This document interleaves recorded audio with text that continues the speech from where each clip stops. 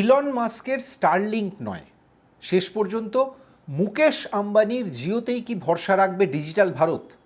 আজ এত বড় একটা স্টেটমেন্ট শুরুতেই আপনাদের সামনে বললাম একটাই কারণ এই মুহূর্তে সারা বিশ্বব্যাপী যে হাইব্রিড টেলিকম যুদ্ধ শুরু হয়েছে তাতে খুব গুরুত্বপূর্ণ প্লেয়ার হিসেবে আগামী দিনে ইমার্জ করতে যাচ্ছে ভারত।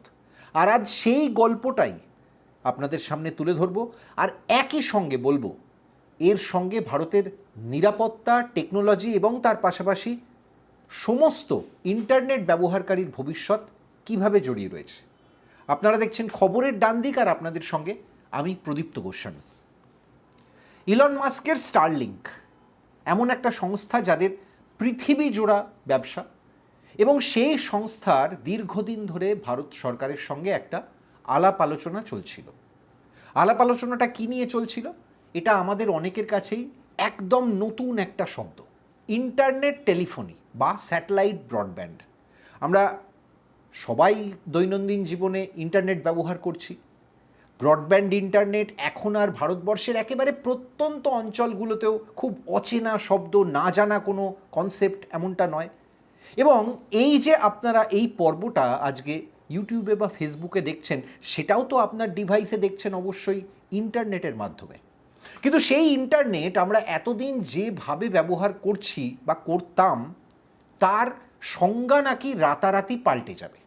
ইন্টারনেট এবার আমাদের কাছে এমন একটা অন্য স্পিড, অন্য একটা ব্যান্ডউইথ নিয়ে হাজির হবে যা সাধারণ অর্থে আমাদের প্রজন্ম বা আমাদের পরের প্রজন্মের কাছেও হয়তো কল্পনাতীত। হ্যাঁ, এই রকম একটা ডিজিটাল ভারতের স্বপ্ন আমাদের দেখানোর কথা চলছিল, আর সেই কথাটা চলছিল ভারত সরকারের সঙ্গে ইলন মাস্কের সংস্থা স্টারলিংকের। কিন্তু সেই আলাপ আলোচনা হঠাৎ নাকি ভেস্তে গেছে। এখন সেই ভেস্তে যাওয়ার পেছনে অনেক কারণ আছে। অবশ্যই কোনো ব্যবসায়িক ডিল যখন হয় কোনো দেশের সঙ্গে, কোনো মাল্টিন্যাশনাল কোম্পানির, তখন সেটা মহাজাগতিক অঙ্কের হয়, আর সেই ডিলের বিভিন্ন মার প্যাঁচ, অনেক প্যাঁচ পয়জার থাকে, যেগুলো খানিকটা অবশ্যই টাকার অঙ্কে, খানিকটা লজিস্টিক্স, ফেসিলিটি, এই ধরনের বিভিন্ন ফ্যাক্টরের ওপর নির্ভর করে। আবার এর সঙ্গে খুব খুব গুরুত্বপূর্ণ যে অংশটা জড়িয়ে থাকে সেটা হচ্ছে নিরাপত্তার, আভ্যন্তরীণ নিরাপত্তার। তো এক্ষেত্রে কোন কারণে এই আলোচনা ভেস্তে গেল এবং কোন অঙ্কে এই গোটা আলোচনায় খানিকটা ডার্ক হর্স হিসেবে হঠাৎ মুকেশ আম্বানির রিলায়েন্স জিও ঢুকে পড়ল, আজ এই সব কিছু আমরা বিস্তারিতভাবে খুঁটিয়ে দেখব। এই যে আজকের টপিক, সেই টপিকটা আমরা হয়তো স্টারলিংককে দিয়েই আলোচনা শুরু করতে পারতাম, কিন্তু ওই যে ডার্ক হর্স শব্দটা ব্যবহার করলাম, কিভাবে রিলায়েন্সের জিও এই কম্পিটিশানে হঠাৎ আচমকা ঢুকে পড়ল, নাকি তাদের ঢোকাটার পেছনেও কোনো অন্য রাজনৈতিক বা বাণিজ্যিক গল্প রয়েছে। এই খবরটা প্রথম আমরা জানতে পারলাম টেলিকম মিনিস্ট্রির একটা আপাত নিরীহ ইনফরমেশন থেকে, একটা সামান্য ইনফরমেশন থেকে। সেই ইনফরমেশনটা ছিল যে জিও খুব তাড়াতাড়ি ভারতবর্ষের বুকে 1650টা ছোটো পাল্লার স্যাটেলাইট লঞ্চ করছে। এই ছোটো পাল্লার স্যাটেলাইটগুলোকে কনস্টেলেশন বলা হয়। এখানে শুধুমাত্র একটা স্যাটেলাইট থাকে না, একেবারে যেরকমভাবে আমাদের সেই দূরদর্শনের প্রাথমিক দিনে আমরা ইনস্যাট 2A 2B এগুলো শুনতাম, সেগুলো সব বড় স্যাটেলাইট যেগুলো অনেক পৃথিবীর ওপরে জিও স্টেশনারি কক্ষপথে উড়ে বেড়ায় এবং সেখান থেকে সমস্ত ওই তরঙ্গ প্রবাহের মাধ্যমে সম্প্রচার হতো টেলিভিশনের প্রোগ্রাম। তো সেই বিষয়টাই আরও মডিফাই হতে হতে আগামী দিনে একদম অন্য জায়গায় চলে যেতে চলেছে, এবং টেলিভিশন থেকে আমাদের এখন সমস্ত বিনোদন বা ইন্টারনেট সেটা তো ছোট ডিভাইসেও চলে এসছে। এবং এক্ষেত্রে সেই কনসেপ্টটার আরও রিফাইন্ড ভার্সন হচ্ছে এই ইন্টারনেট টেলিফোনি বা স্যাটেলাইট ব্রডব্যান্ড। এখন এই যে ছোট পাল্লার স্যাটেলাইটগুলো, বা বলা যেতে পারে এক ঝাঁক ছোটো পাল্লার স্যাটেলাইট, সেই স্যাটেলাইটগুলো কেন ছোটো পাল্লার বলা হচ্ছে, কোনগুলো মাঝারি পাল্লার, কোনগুলো সব থেকে দূর পাল্লার? ছোটো পাল্লার সেই স্যাটেলাইটগুলো যেগুলো যে কোনো দেশের ওপর, পৃথিবীর যে সারফেস, আমাদের যে ভূপৃষ্ঠ, সেখান থেকে খুব বেশি হলে 650 কিলোমিটারের উপরে সেগুলো ওড়ে।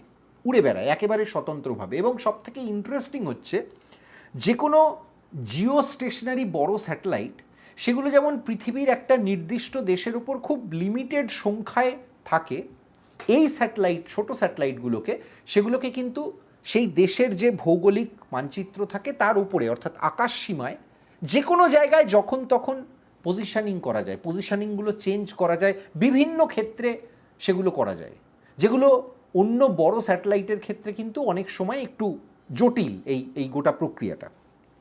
এবার আমরা একটু বিস্তারিতভাবে যারা নতুন দর্শক যোগ দিয়েছেন বা যাদের কাছে হয়তো এই কনসেপ্টটা খুব একটা চেনা নয়, যারা হয়তো প্রথমবার এই নামটা শুনছেন, তাদের জন্য একটু বিষয়টা অনায়াস সহজ করে দেওয়ার জন্য স্যাটেলাইট ব্রডব্যান্ড বা এই ইন্টারনেট টেলিফোনির ব্যাপারটা একটু বিস্তারিত জানার চেষ্টা করি। এই পুরো কনসেপ্টটাকে বলা হয় D2D ইন্টারনেট। D2D কি?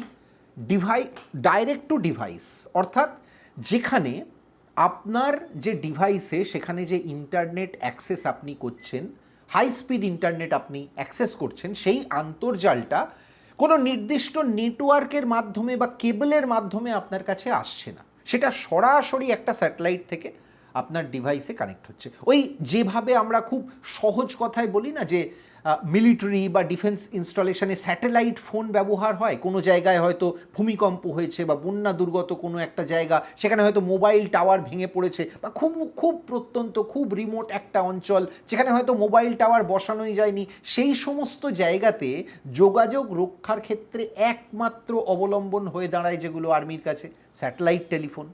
তো সেই স্যাটেলাইট টেলিফোনেরই এটা আরও রিফাইন্ড ভার্সন। আমি জাস্ট খুব অনায়াসে বিষয়টা বোঝানোর জন্য আপনাদের বললাম। এখন এর পরে এই যে দ্বিতীয় প্রশ্নটা আসছে সেটা হচ্ছে এই D2D ইন্টারনেটের বেনিফিট কি, এর লাভ কি, এবং এই লাভের প্রসঙ্গটা সেটাকে আমরা কোন স্তরে বা কটা স্তরে ভেঙে দেখতে পারি। প্রথমত আগে যেটা বলছিলাম যে কেবল ছাড়া যে কোনো রিমোট অঞ্চলে এই কানেকশান কিন্তু পাওয়া যায়। দ্বিতীয়ত কি, আপনি যখনই দেশের ম্যাপের যে কোনো জায়গায় তার আকাশসীমার মধ্যে এই ধরনের কোনো ছোট পাল্লার স্যাটেলাইটকে ডিপ্লয় করতে পারবেন, তখন আপনি জাস্ট খুব সহজে অক্ষাংশ দ্রাঘিমাংশ অনুযায়ী সেই জায়গাগুলোকে, সেই স্যাটেলাইটগুলোকে মোটরেবল রাখতে পারেন, অর্থাৎ এক জায়গা থেকে আরেক জায়গায় আপনার প্রয়োজন মতো সরাতে পারেন। ফলে একটা বৃহত্তর এরিয়ায় লার্জ কাভারেজ প্রোভাইড করা, সেটা দেওয়া খুব সহজ হয়ে দাঁড়ায়। দ্বিতীয়ত, এই স্যাটেলাইটগুলোর অবশ্যই আর একটা ফ্যাক্টর থাকে, সেটা ডেফিনেটলি অঙ্কের, পাটিগণিতের, বাণিজ্যিক ফ্যাক্টর। আপনি একটা বড় স্যাটেলাইট, একদম জিও স্টেশনারি স্যাটেলাইট ভাবার চেষ্টা করুন, সেটা লঞ্চ করতে গেলে বা সেটা আপনাকে যে যে বিষয়ে অ্যাডভান্টেজ দেয় তার থেকে এর কাজটা তো একদম আলাদা, পুরো কাটিং এজ টেকনোলজি, ওজনে কম। ফলে এই যে কনস্টেলেশনটা বলছিলাম, একটা বড় স্যাটেলাইটকে হাজার হাজার কিলোমিটার ওপরে আকাশে একটা অন্য বায়বীয় লেয়ারে মাউন্ট করা, এবং সেটাকে মাউন্ট করতে গেলে হয়তো আপনাকে একটা তার জন্য রকেট বা যে ধরনের সিস্টেম কাজে লাগাতে হয়, তার থেকে এই ছোটো পাল্লার স্যাটেলাইট লঞ্চ করা সেটাও একটা অন্যরকম কমপ্লিট প্রক্রিয়া। ফলে তার খরচটাও ডিফারেন্ট, অবশ্যই কম।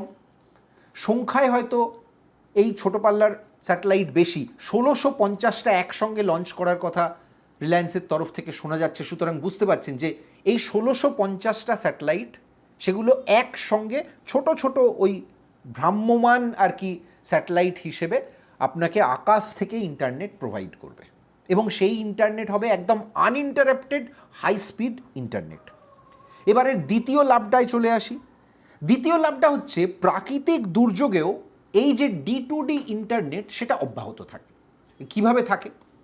ধরুন আপনার বাড়িতে ইন্টারনেট প্রোভাইড হচ্ছে মোবাইল টাওয়ার থেকে, অর্থাৎ আপনার পাড়ায় বা আপনার এলাকায় কোনো একটা জায়গাতে একটা মোবাইল টাওয়ার আছে। আমাদের ফোনে যেভাবে আমরা 4G বা 5G ইন্টারনেট পেতাম, অর্থাৎ ফোনের যে ইন্টারনাল অ্যান্টেনা বা রিসিভার, সেটা ওই টাওয়ার থেকে সিগন্যাল রিসিভ করছে, আর ওই টাওয়ারে বসানো রয়েছে যিনি আপনার সার্ভিস প্রোভাইডার, তার নির্দিষ্ট ব্যান্ডউইথের একটা এমন ডিভাইস যেখান থেকে সিগন্যালটা চারপাশে ডিস্ট্রিবিউট হয়। আবার এর পাশাপাশি আরেকটা সিস্টেম আছে, সেটা কেবলের মাধ্যমে। এবার সেটা আগে যেমন সেই আমাদের একদম বলা যেতে পারে ভারতবর্ষে যখন ইন্টারনেট সবে শুরু হয়েছিল তখন যেরকম পাড়ায় পাড়ায় সেই ইলেকট্রিক লাইনে মই বেঁধে যারা উঠতেন আমাদের পাড়ার দাদারা, যারা এই কেবল ইন্টারনেট এই সংক্রান্ত ব্যবসাগুলো করতেন, ওই আপনাকে একদম পোলের মাধ্যমে তার বেঁধে বেঁধে বেঁধে বেঁধে যেভাবে আপনাকে ইন্টারনেট প্রোভাইড করা হতো, পরবর্তীকালে তারও একটা রিফাইন্ড ভার্সান চলে এলো যখন মাটির তলা দিয়ে আমরা কেবল আসতে দেখলাম। এবং এই আন্ডারগ্রাউন্ড কেবলের ফলেও একটা ওই বলা যায় ইজ অফ ইউজ সেটা একটা বাড়ানোর চেষ্টা হলো, কারণ যাতে ঝড় বৃষ্টিতে বা প্রবল কোনো হাওয়া চললে বা এই ধরনের কোনো পরিস্থিতিতে বাজ পড়লে যাতে ইন্টারনেট পরিষেবা প্রভাবিত না হয়। কিন্তু এখানেও একটা ক্যাচ আছে। সেই ক্যাচটা কি? ধরুন এই যে কেবলের মাধ্যমে ইন্টারনেট বা টাওয়ারের মাধ্যমে ইন্টারনেট, আলটিমেটলি এই আন্তর্জালের পুরো সিস্টেমটা সেটা কিন্তু নির্ভর করে আন্তর্জাতিক দেশগুলোর ভূগোলের মানচিত্রের ওপর। কেন বললাম এই কথাটা কিন্তু খুব গুরুত্বপূর্ণ, এখানে আপনাকে বুঝতে হবে।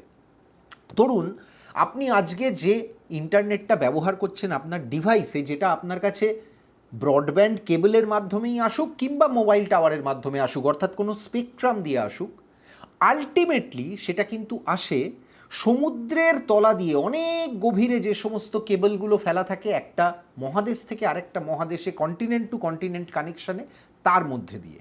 এবং সেই কন্টিনেন্ট টু কন্টিনেন্ট কানেকশানের মধ্যে কখনো কোনো জটিলতা এলে তখন কিন্তু শুধু আপনার বাড়ি বা আপনার এলাকায় নয়, একটা বিস্তীর্ণ দেশের বিস্তীর্ণ অঞ্চলে ইন্টারনেট প্রভাবিত হতে পারে। এর বহু নজির আমরা রিসেন্টলি দেখেছি। আমরা মাঝে মাঝে এই ধরনের প্রচুর খবর শুনতে পাই। হঠাৎ করে কোনো একদিন যদি গুগল ডাউন হয়ে যায়, সার্ভার ডাউন হয়ে যায়, কিংবা ধরুন মেটার সার্ভার ডাউন হয়ে যায়, তখন রাতারাতি একেবারে চাঞ্চল্য ছড়িয়ে পড়ে। হঠাৎ করে মুহূর্তের মধ্যে সবাই খোঁজ নিতে শুরু করেন, কি হলো বিষয়টা, কেন হঠাৎ ইন্টারনেট পাওয়া যাচ্ছে না। হয়তো সেটা দেখা যাচ্ছে একই সঙ্গে ভারতবর্ষের বিভিন্ন শহর তার জন্য অ্যাট এ টাইম এফেক্ট হয়ে গেছে। কখনো পৃথিবী জুড়ে একটা বিস্তীর্ণ ভূভাগে অনেক সময় এই এফেক্টগুলো দেখা যায়। কিন্তু এই যে নতুন সিস্টেমটার কথা বলা হচ্ছে, স্যাটেলাইট ইন্টারনেট বা ডিরেক্ট ব্রডব্যান্ড যেটা, সেখানে কিন্তু এই সমস্যাটা রিলেটিভলি অনেক কম। রিলেটিভলি কেন বললাম? কারণ সমস্ত সিস্টেমেরই কিন্তু কিছু ফ্ল বা কিছু দুর্বলতা থাকে, কোনোটাই 100% নিখুঁত নয়। কিন্তু আশঙ্কার জায়গাটা অনেকটা কম, কারণ যে লেভেলে আবহাওয়া খারাপ হলে ঝড় বৃষ্টি হয়, মেঘ সঞ্চার হয়, বিদ্যুৎ চমকায় যখন আমাদের, বা এই যে পুরো সিস্টেমটা সেটা যে লেভেলে হয় তার অনেকটা ওপরে এই স্যাটেলাইটগুলো থাকে। এবং সেই স্যাটেলাইটগুলোর থেকে এমন সিস্টেম থাকে যে আপনার ডিভাইস বা আপনার ভূপৃষ্ঠ পর্যন্ত ইন্টারনেট পরিষেবাটা একেবারে নিরবিচ্ছিন্নভাবে চলে। একমাত্র যদি সেই স্যাটেলাইটে কোনো যান্ত্রিক ত্রুটি বা কোনো টেকনিক্যাল সমস্যা বা ইত্যাদি এই জাতীয় সাইবার অ্যাটাক বা এই জাতীয় সমস্যা না হয়, তাহলে কিন্তু এই ইন্টারনেট আপনার কাছে আনইন্টারাপ্টেডই পাওয়ার কথা। এবার এর আরেকটাও লাভ আছে, সেটা অবশ্যই মেনটেনেন্স খরচার দিক থেকে। আপনি মোবাইল টাওয়ার রাখলে আপনার বারবার সেটাকে মেনটেনেন্স করা একটা নিয়মিত ইন্টারভ্যালে, বা কেবলের ক্ষেত্রে অবশ্যই কেবলের মেনটেনেন্স খরচ আরও বেশি, সেই তুলনায় এই স্যাটেলাইটগুলোর মেনটেনেন্স কস্টিংয়ের ব্যাপারটা অনেকটা কম। কারণ এই স্যাটেলাইটগুলোর ক্ষেত্রে সরাসরি আপনার কাছে যে ইন্টারনেটটা আসছে সেটা মাঝখানে কোথাও বাধাগ্রস্ত হচ্ছে না কোনো প্রাকৃতিক কারণে বা অন্যান্য কারণে, যদি না কোনো নাশকতা বা এই জাতীয় কিছু হয়। ফলে ওই ওয়ান টাইম মেনটেনেন্স বা একটা পিরিয়ডিক মেনটেনেন্সে পুরো জিনিসটা সীমাবদ্ধ থাকে। তো আমরা লাভগুলো দেখলাম, এবার একটু রিস্ক ফ্যাক্টরটাও অ্যানালিসিস করা যাক, কারণ সমস্ত এই ধরনের নতুন ভেঞ্চারের ক্ষেত্রে বা প্রযুক্তির ক্ষেত্রে একটা রিস্ক ফ্যাক্টরও থাকে। অবশ্যই এক্ষেত্রে রিস্ক ফ্যাক্টরের প্রথম পয়েন্টটা হচ্ছে অ্যাক্সেস। হ্যাঁ, অবশ্যই এই রকম একটা স্যাটেলাইট নেটওয়ার্ক ইউজ করতে গেলে তার অ্যাক্সেসিবিলিটি কতটা সুরক্ষিত থাকছে সেটা খুব খুব গুরুত্বপূর্ণ ফ্যাক্টর।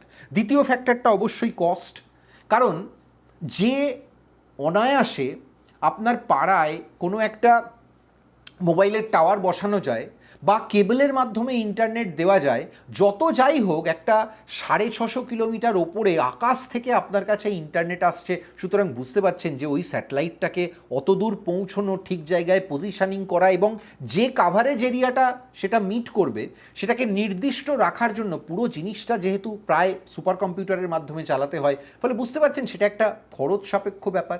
এর জন্য অনেক ডেটা সেন্টার লাগে, সেইটাও একটা আনুষঙ্গিক কস্টিংয়ের মধ্যে আসে, ফলে খরচ ডেফিনেটলি একটা ফ্যাক্টর।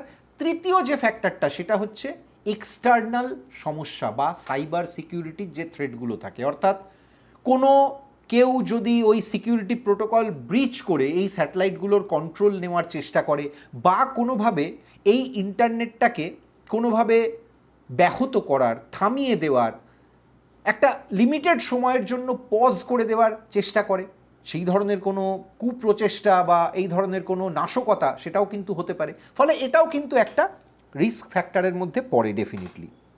এখন জিওর ক্ষেত্রে এক্ষেত্রে একটা অ্যাডভান্টেজ কিন্তু আছে।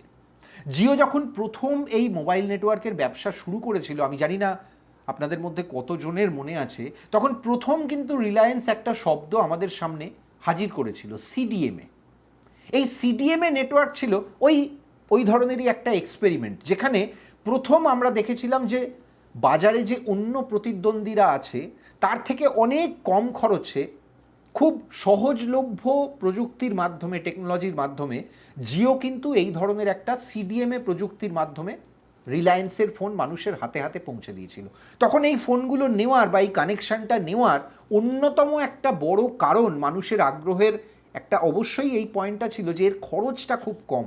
ওয়ান টাইম এত কম টাকায় সেই অফারটা রিলায়েন্স করতে পারছিল, যেটা বহু মানুষকে রাতারাতি জিওর প্রতি আকৃষ্ট করেছিল।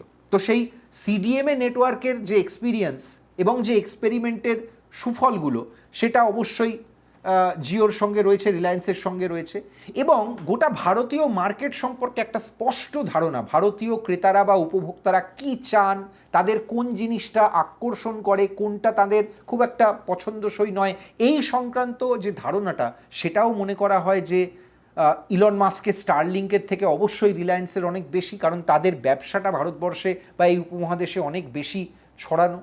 তারা অবশ্যই বিশ্বব্যাপী ব্যবসা করে ইলন মাস্কের স্টারলিংকের মতোই, কিন্তু তাদের ব্যবসাটা একেবারে ডাইভার্জেন্ট ওয়েতে এই উপমহাদেশে চলে। এবার চলে আসি এই মোবাইল টাওয়ার নেটওয়ার্কের থেকে এই যে সিস্টেমটা, অর্থাৎ D2D ইন্টারনেট, সেটা কোথায় আলাদা। এই মোবাইল নেটওয়ার্কগুলো সেগুলো তো একটা নির্দিষ্ট অঞ্চলের টাওয়ারের মাধ্যমেই শুধু ইন্টারনেট প্রবাহিত করে। এর ফলে যেটা সমস্যা দেখা দেয় ইদানিং, কোনো নেটওয়ার্ক, কোনো সার্ভিস প্রোভাইডার আপনার কাছে স্বীকার করুক বা না করুক, আপনি অনেক সময় দেখেন আপনার ফোনে রাতারাতি নামে হয়তো আপনার 4G বা 5G কানেকশান রয়েছে, কিন্তু আপনি ইন্টারনেটের ভালো স্পিড পাচ্ছেন না। আমরা প্রত্যেক দিন প্রতিনিয়ত প্রায় বলতে পারেন কয়েক ঘন্টা অন্তর অন্তর এই কমপ্লেনটা করি, নিজেরা আলোচনা করি যে কেন এরকম ফোনের স্পিড এত, নেটের স্পিড এত কম চলছে। তার অন্যতম কারণ হলো যে একটা নির্দিষ্ট অঞ্চলে বা একটা এলাকায় যতজন উপভোক্তা থাকে বা উপভোক্তার সংখ্যা যত বাড়ে, তত ওই টাওয়ার, মোবাইল নেটওয়ার্কের যে টাওয়ার, তার সংখ্যাটাও বাড়ানো উচিত।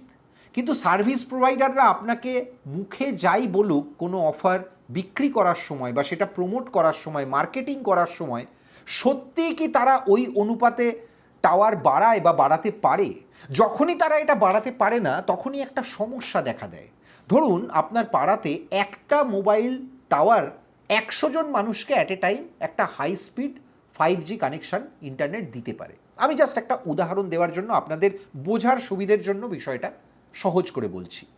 এবার রাতারাতি যদি আপনার পাড়ায় নতুন ভাড়াটে নতুন মানুষজন এসে যান, পাড়ায় যদি রাতারাতি আরও 10টা নতুন ফ্ল্যাট তৈরি হয়ে যায়, আর ওই উপভোক্তার সংখ্যাটা রাতারাতি যদি দেখা যায় 100 থেকে বেড়ে 150 পৌঁছে গেছে, তখন এই অতিরিক্ত 50 জনকে কীভাবে ওই একই ব্যান্ডউইথ থেকে নেটওয়ার্ক প্রোভাইড করা যাবে? সেটা হয় না। তখন অটোমেটিক্যালি যেগুলো হয় সেগুলো কিন্তু একটু ম্যাল প্র্যাকটিস বলতে পারেন। সেগুলো হচ্ছে সার্ভিস প্রোভাইডার বা ওই কোম্পানিগুলো তখন যে ব্যান্ডউইথটা আপনাকে ইনিশিয়ালি প্রমিস করেছিল সেটা মুহূর্তের জন্য একটু কমিয়ে দেয়, এবং হয়তো অনেক সময় এটা ভারসাম্যের খেলায় তারা সব উপভোক্তাকেই একটু মন রেখে চলার চেষ্টা করে, কিন্তু সেটা কি বাস্তবে সম্ভব হয়? এবং হয় না বলেই তার যে প্রভাবটা সেটা আমাদের দৈনন্দিন মোবাইল ব্যবহারের ক্ষেত্রে আমরা হাড়ে হাড়ে টের পাই। এটা গেল মোবাইল টাওয়ারের একটা অন্যতম ড্রব্যাক বা নেগেটিভ পয়েন্ট। এর পাশাপাশি আমরা আরও একটা জিনিস দেখি যে ব্যান্ডউইথ কমে গেলে ইন্টারনেটের অনেক রকম ফেসিলিটি আছে যেগুলো কিন্তু অ্যাক্সেসেবল থাকে না। এবার আপনি অবশ্যই জানেন যে প্রচুর এই ভিডিও বা এই সংক্রান্ত যেগুলো অ্যাপ বা এই রকম কোনো প্ল্যাটফর্ম, সেগুলোর ক্ষেত্রে আমরা প্রায় ওই বাফারিং নিয়ে একটা আমার খুব চমৎকার বিজ্ঞাপন মনে পড়ছে, সম্ভবত এটা ভারতী এয়ারটেলের একটা বিজ্ঞাপন ছিল। ওই সেই মনে আছে ইন্টারনেট চলাকালীন সেই একজন এরম এরম করে মাথা ঘোরাচ্ছেন, সবাই মাথা ঘোরাচ্ছেন, ওটা ওই প্রতিদ্বন্দ্বীদের খোঁচা দেওয়ার জন্য ছিল যে মানে আপনাদের নেটওয়ার্ক এতই স্লো যে সেখানে ভিডিও চলতে গেলে বাফারিং হয়, আর আমাদের নেটওয়ার্ক এত ফাস্ট সেখানে কোনো বাফারিং হয় না। তো এই বাফারিংটাও একটা অবশ্যই খুব প্র্যাকটিক্যাল সমস্যা, প্রতিদিনের সমস্যার মধ্যে পড়ে। এবার একটু অন্য দিকে চলে যাই, সেটা হচ্ছে এই যে কম্পিটিশান চলছিল ভারতবর্ষের মতো এত বড় ইকোনমির একটা দেশ যেখানে 140 কোটি মানুষ আছেন, এবং আমরা এর আগে আমাদের চ্যানেলেই একটা বিশেষ পর্ব করেছিলাম যে ভারতবর্ষের সোশ্যাল মিডিয়া ইউজার কতজন এবং ভারতবর্ষে মোট ইন্টারনেট ইউজার কতজন, সেই সব নিয়ে আলোচনাটা ছিল। আমার অবশ্যই চেষ্টা থাকবে যে যারা আপনারা এই পর্বটা আজকে দেখছেন তাদের কাছে ওই পর্বটার লিঙ্ক আমি ডেসক্রিপশানে দিয়ে দেবো, যাতে আপনারা ওই পর্বটাও দেখতে পারেন। তো আলোচনা যেটা ছিল যে ইলন মাস্কের স্টারলিংক তারা কোথায় কম্পিটিশানে পিছিয়ে পড়ল। দেখুন, তাদের পিছিয়ে পড়ার যে কারণ সেটা তো অবভিয়াসলি সরকারের তরফ থেকেও কোনো কিছু জানানো হচ্ছে না, বা ইলন মাস্কের সংস্থার তরফ থেকেও সরাসরি কোনো বিবৃতি দিয়ে এই ধরনের কোনো কথা বলা হয়নি। কিন্তু যেটা ওয়াকিবহাল মহল, যারা এই টেকনিক্যাল বিশেষজ্ঞরা যারা এগুলো খবর রাখেন নিয়মিত, এই সব কিছু নিয়ে স্টাডি করেন, তাদের থেকে যেটা আমরা জানতে পারছি যে সিকিউরিটি অ্যাক্সেস একটা অন্যতম সমস্যা হিসেবে দেখা দিয়েছে এই গোটা ডিলটা ভেস্তে যাওয়ার পেছনে। সিকিউরিটি অ্যাক্সেস নিয়ে কেন সমস্যা দেখা দিল? তাহলে আপনাকে জানতে হবে যে স্টারলিংক এই যে সংস্থাটা, ইলন মাস্কের প্রচুর ব্যবসা আমরা জানি, বিভিন্ন বিষয় বিভিন্ন ধরনের সেগমেন্টে ইন্ডাস্ট্রিতে তার ব্যবসা আছে। টেসলা একদিক থেকে ইলেকট্রিক ভেহিকেল গাড়ি তৈরি করে, উল্টো দিক থেকে এলন মাস্কের কোম্পানি টুইটার কিনে তারা এক্স বানিয়ে দিয়েছে, সোশ্যাল মিডিয়াতেও তাদের ইনভেস্টমেন্ট রয়েছে। আবার ঠিক তেমনি স্টারলিংকের মাধ্যমে তারা স্যাটেলাইট যে মাধ্যমে ইন্টারনেট, সেই বিষয়ে ইন্টারনেটের ব্যবসাও করে। আবার তাদের একটা স্যাটেলাইট লঞ্চ করার মতো এইরকম প্ল্যাটফর্মও আছে, সেটাও তাদের ব্যবসার অঙ্গ। তো এই যে এই স্টারলিংক সংস্থার যে হেডকোয়ার্টার্স ছিল সেটা ছিল রেডমন্ড, ওয়াশিংটনে, মার্কিন যুক্তরাষ্ট্রের রাজধানীতে। তো এবার ভারত তার যে ক্রিটিক্যাল সিকিউরিটি অ্যাক্সেস সেটা নিয়ে আপত্তি তোলে, কারণ ভারতের বক্তব্য ছিল তুমি আমার দেশে ব্যবসা করবে, খুব ভালো কথা, তুমি আমার দেশে পরিকাঠামোগত বিনিয়োগ করবে, এতগুলো স্যাটেলাইট ঘুরবে, সব কিছুকে আমি পারমিশন দেবো, কিন্তু আমাকে তোমার সিকিউরিটি প্রোটোকলটা অবশ্যই জানতে হবে, যাতে ভারতবর্ষে কোনো ক্রিটিক্যাল, সেটা আমরা গত বছরই একটা অপারেশন সিন্দুর দেখেছি, যদি কোনো যুদ্ধকালীন পরিস্থিতি হয় বা এই ধরনের কোনো ক্রিটিক্যাল পরিস্থিতি তৈরি হয়, তাতে ওই স্যাটেলাইট নেটওয়ার্কটাকে, ওই ইন্টারনেট নেটওয়ার্কটাকে মুহূর্তের মধ্যে সরকার যাতে কন্ট্রোলে নিতে পারে, অর্থাৎ সেটাকে পজ করতে পারে, থামাতে পারে, রিজিউম করতে পারে, প্রয়োজন পড়লে সাময়িকভাবে সেটাকে সাসপেন্ডও করতে পারে। এই একটা ক্লজে এসে গোটা ডিলটা কিন্তু আটকে গেছে। কেন আটকে গেছে? কারণ এই সিকিউরিটি অ্যাক্সেসটা সেটা কিন্তু কোনো মতেই ইলন মাস্কের স্টারলিংক ভারতের তথ্য সম্প্রচার মন্ত্রককে দিতে চায়নি। এই বিষয়ে কথা বলতে গিয়ে আমার একটু পিছিয়ে যেতে মনে হচ্ছে, ইচ্ছে করছে, তার কারণ আপনাদের মনে আছে ব্ল্যাকবেরি যখন প্রবলভাবে ব্যবসা করেছিল ভারতবর্ষে, তখন ব্ল্যাকবেরির একটা খুব ইন্টারেস্টিং এই ধরনের গল্প ছিল। ব্ল্যাকবেরিতে যে ব্ল্যাকবেরির নিজস্ব মেসেঞ্জার ছিল, সেই মেসেঞ্জারের মেসেজ সেগুলো কিন্তু সহজে পুলিশ বা সিকিউরিটি এজেন্সিও অ্যাক্সেস করতে পারতো না, কারণ সেগুলো এমনভাবেই এনক্রিপ্ট করা থাকতো। এবং এক্ষেত্রে ব্ল্যাকবেরি তাদের নিজস্ব একটা সফটওয়্যার প্রোটোকল এবং তাদের নিজস্ব সিকিউরিটি প্রোটোকল ইউজ করতো, এবং তাদের এই এনক্রিপশনটা তারা কোনো মূল্যেই সরকারের সঙ্গে শেয়ার করতে চায়নি। সেটা শুধু ভারতের ক্ষেত্রে নয়, পৃথিবীর বিভিন্ন দেশের সরকারের সঙ্গে শেয়ার করতে চায়নি। যতদূর আমার মনে পড়ছে তাদের এই মেন যে হাবটা সেটা কানাডায় ছিল, কিন্তু এই একটা কারণের জন্য পৃথিবীর বহু দেশের সরকার তারা কিন্তু ব্ল্যাকবেরির সঙ্গে সম্পর্ক ছিন্ন করেছিল। তো যাই হোক, এটা আমার ওই ঘটনাটার একটা কথা হঠাৎ স্মৃতিতে ভেসে উঠলো, সেই জন্য মনে করিয়ে দিলাম। ইলন মাস্কের ক্ষেত্রে, স্টারলিংকের ক্ষেত্রেও কিন্তু বিষয়টা প্রায় একই রকম দাঁড়িয়েছে। এখন এই যে সমস্যাটা, এই সমস্যাটা কিন্তু ভারত সরকারের মন্ত্রক, তথ্য সম্প্রচার মন্ত্রক, তারা মনে করছে যে রিলায়েন্সের ক্ষেত্রে কোনোদিন হবে না। প্রথমত তাদের হেডকোয়ার্টার্সও ভারতে, এবং রিলায়েন্সের সঙ্গে এই সরকারের ওই যে সবসময় মাঝে মাঝে খোঁচাও দেন বিরোধীরা যে আদানি আম্বানির সঙ্গে এই মোদী সরকারের খুব ঘনিষ্ঠতা, ফলে তাদের ক্ষেত্রে এই বোঝাপড়াগুলো সেগুলো অনেক সহজ হবে বলে হয়তো তথ্য সম্প্রচার মন্ত্রক মনে করছে। এখন আমরা হয়তো ইউজ করছি, তার কারণ সরাসরি বিবৃতিতে তো এই ধরনের কোনো কথা বলা হয়নি, আর যতক্ষণ সরকারের তরফ থেকে তার কোনো পুষ্টি না করা হচ্ছে ততক্ষণ এটা অবশ্যই প্রেডিকশনের স্তরেই থাকবে। এখন দ্বিতীয় যে ফ্যাক্টরটা কেউ বলছে না, কিন্তু আমাদের পড়ে নিতে, ওই যে বলি বারবার, রিডিং বিটুইন দ্য লাইন্স, কোনো অসুবিধে হয় না। আজকে হাজার হলেও আপনাকে মাথায় রাখতে হবে ইলন মাস্কের স্টারলিং কিন্তু মার্কিন যুক্তরাষ্ট্রের একটা কোম্পানি। সুতরাং আন্তর্জাতিক হলেও তাদের হেডকোয়ার্টার্স কিন্তু একেবারে সিআইএ সদর দপ্তরের কাছে। সুতরাং সেখানে সিআইএ বা ডিপ স্টেটের যে প্রভাব থাকতে পারে, বা প্রভাব সরাসরি যদি তারা স্বীকারও না করে, ভারতবর্ষের বিস্তীর্ণ অঞ্চলে, অর্থাৎ সেটা হতে পারে সিকিমের কোনো রিমোট অংশ যেখানে হয়তো মোবাইল নেটওয়ার্কও ঠিকমতো পাওয়া যায় না এখন, সেই জায়গাতে বসে আপনি ভিডিও কলে সরাসরি আপনার বাড়ির লোকের সঙ্গে কথা বলছেন, বা হয়তো ইউটিউব দেখছেন বা ফেসবুক করছেন, এবং সেই নেটওয়ার্কটা আসছে ইন্টারনেটে, সেটা পরিষ্কার আসছে সরাসরি স্যাটেলাইট থেকে। এটা যেমন আপনার জন্য খুব লাভজনক বা খুব ইন্টারেস্টিং, আপনার খুব আকর্ষণ বাড়ায়, ঠিক তেমনি এর তো একটা অন্য দিকও থেকে যায়। যদি অন্য কোনো দেশে সেই আপনার প্রোভাইডার, তার হেডকোয়ার্টার্স থাকে, তাহলে সেই দেশের গুপ্তচর সংস্থা বা সেই দেশ চাইলেই আপনার এই সমস্ত জায়গার ভৌগোলিক সীমা পরিসীমা সমস্ত কিছু, আপনার মিলিটারি ইনস্টলেশন কীরকম, সামরিক ব্যবস্থাপনা কীরকম, রাস্তাঘাট, ইনফ্রাস্ট্রাকচার, লজিস্টিক্স সেগুলো কীরকম, সেদিকেও তারা খুব সহজে একেবারে চিলের মতো, বাজ পাখির মতো ওপর থেকে নজর রাখতে পারে। সেই সমস্যাটা, সেই ফ্যাক্টরটাও তো কখনো ভুলে গেলে চলবে না, কারণ দেশের আভ্যন্তরীণ নিরাপত্তা এমন একটা ফ্যাক্টর যেটা ওই যে বলা হয় আনকম্প্রোমাইজিং, যেটা নিয়ে কোনো সময় কোনো সমঝোতা করা যায় না। এবার চলে আসছে টোটাল ইনভেস্টমেন্ট। এই প্রজেক্টের জন্য যে ইনভেস্টমেন্টটা, সেটা মনে করা হচ্ছে একটা অনুমান 10 থেকে 15 বিলিয়ন ডলার।